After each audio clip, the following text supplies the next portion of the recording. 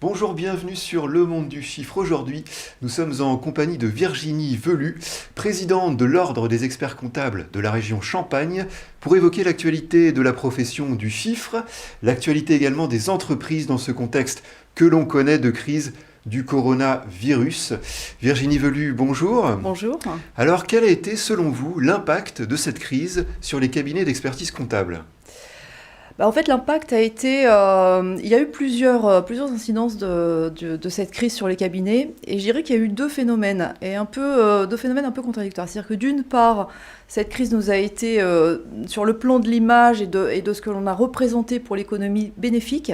Parce que nous nous sommes retrouvés au cœur de l'économie, nous avons été sollicités par les collectivités, les institutionnels et bien sûr nos clients qui ont pris la mesure de ce que pouvait représenter notre accompagnement et notre partenariat avec eux. Donc de ce point de vue-là, je dirais que c'était plutôt bénéfique en termes d'image.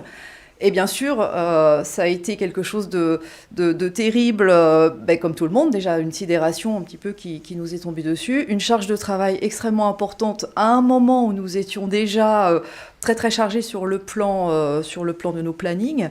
Et puis bien sûr, l'impact, il y a celui qu'on ne mesure pas encore immédiatement, qui sera vraisemblablement décalé dans le temps en termes de business pour nous. Quelle est l'incidence de cette chute de l'économie, de quelques défaillances ou de plusieurs défaillances de nos clients sur nos cabinets. Donc voilà, on est partagé. Ça a été bénéfique dans un sens, et puis il y a le volet économique, bien sûr, qu'on ne peut pas occulter. Alors justement, sur le volet économique, qu'en est-il des entreprises, les TPE, PME, clientes des cabinets comptables ? Alors, concernant les entreprises, moi, j'avoue que je suis un petit peu surprise par rapport à l'idée que je me faisais de cette crise et de ses conséquences. Parce que moi, je ne crois pas trop à une catastrophe industrielle au mois de septembre telle qu'on a pu nous la présenter ou qu'on a pu l'imaginer à un moment quand on était vraiment au plus fort de cette crise. J'ai l'impression que finalement, les entreprises ont quand même pu reprendre une activité économique. Alors évidemment, elles sont diversement impactées. Il est bien évident que les entreprises qui relèvent des secteurs tels que le tourisme ou l'événementiel sont vraiment très très impactées par cette crise et vont pour certaines d'entre elles avoir beaucoup de mal à s'en remettre, notamment si en entrée elles étaient déjà dans des situations moyennes. En revanche, je trouve que finalement, la reprise se fait progressivement, certes, mais elle se fait quand même. Je trouve ça plutôt encourageant. Alors, sur le volet de l'emploi, évidemment, là, la casse sociale, c'est sûr qu'il y a une casse sociale à prévoir et qui est même en cours, puisqu'il y a énormément de contrats, enfin, nous on le voit chez nos clients, des emplois qui étaient prévus qui finalement ne seront pas faits, des contrats qui devaient être signés qui ne seront pas signés, des décalages au niveau de projets qui reportent de ce fait la nécessité d'embaucher. Mais voilà, donc elles sont impactées, on les accompagne et le plus gros, je pense, travail, la plus grosse prise de conscience que l'on va avoir à prendre en compte dans cette crise, c'est vraisemblablement le volet financier en fait, et le volet financier et puis le modèle économique. Alors, votre bilan est plutôt tout de même, malgré tout, positif. Quelles sont les mesures à mettre en place, selon vous, pour accompagner d'autant plus le rebond qui va bientôt se mettre en place ? De mon point de vue, je pense qu'il y a trois volets sur lesquels il faut absolument que l'on travaille avec nos clients, chefs d'entreprise et dirigeants.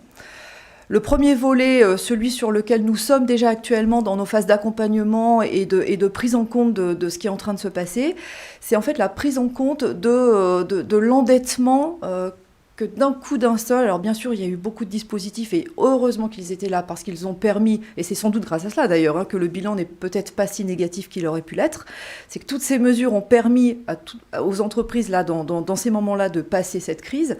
Maintenant, il va falloir faire les comptes, il va falloir regarder comment on s'est endetté, quels sont les délais, nos échéances, comment on va devoir rembourser tout ça. Et pour le coup, là, ça nécessite vraiment une partie accompagnement en matière de gestion et surtout une partie prise de conscience du chef d'entreprise que tout cet argent et tous ces dispositifs dont il a bénéficié, il va falloir restituer. Donc il va falloir le prendre en compte.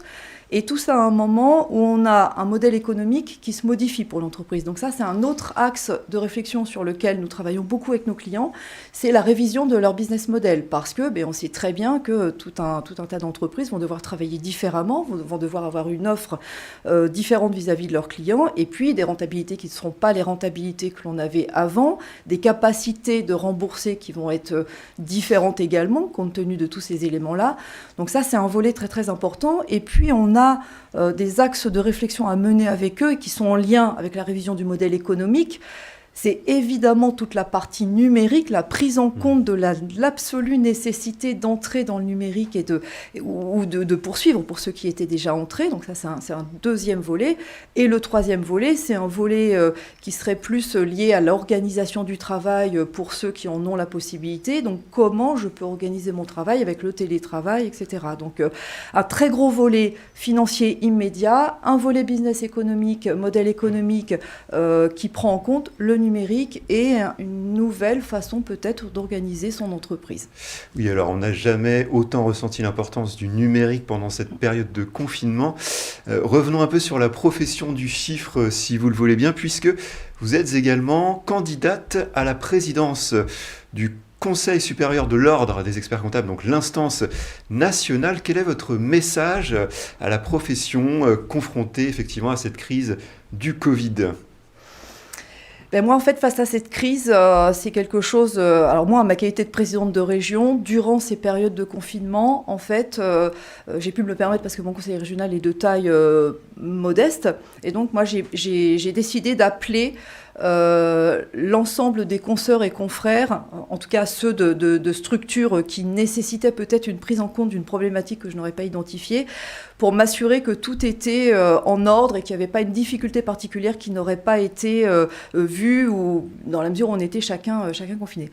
Et de ce fait, je me dis qu'à la présidence du Conseil supérieur, moi, je veux mettre immédiatement en place un mécanisme innovant qui permettrait d'accompagner et d'assister les consoeurs et les confrères, notamment sur le plan psychologique, mais pas que, leur mettre à disposition des outils opérationnels, donc au service de tous ces consoeurs et de tous ces confrères, et plus particulièrement, même si ce n'est pas exclusif, mais plus particulièrement en prenant en compte les difficultés qui ont pu être rencontrées par des plus petites structures, mais également et surtout envers les jeunes qui viennent de s'installer et qui sont dans des phases de croissance et qui ont vraiment besoin qu'on les accompagne.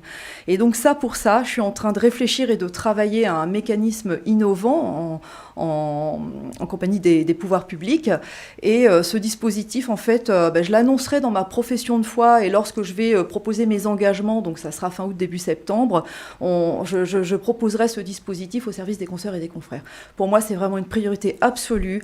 On est sur un moment où l'activité professionnelle est essentielle. Donc, comment je pérennise mon cabinet, comment je développe mon cabinet, comment je fais du business.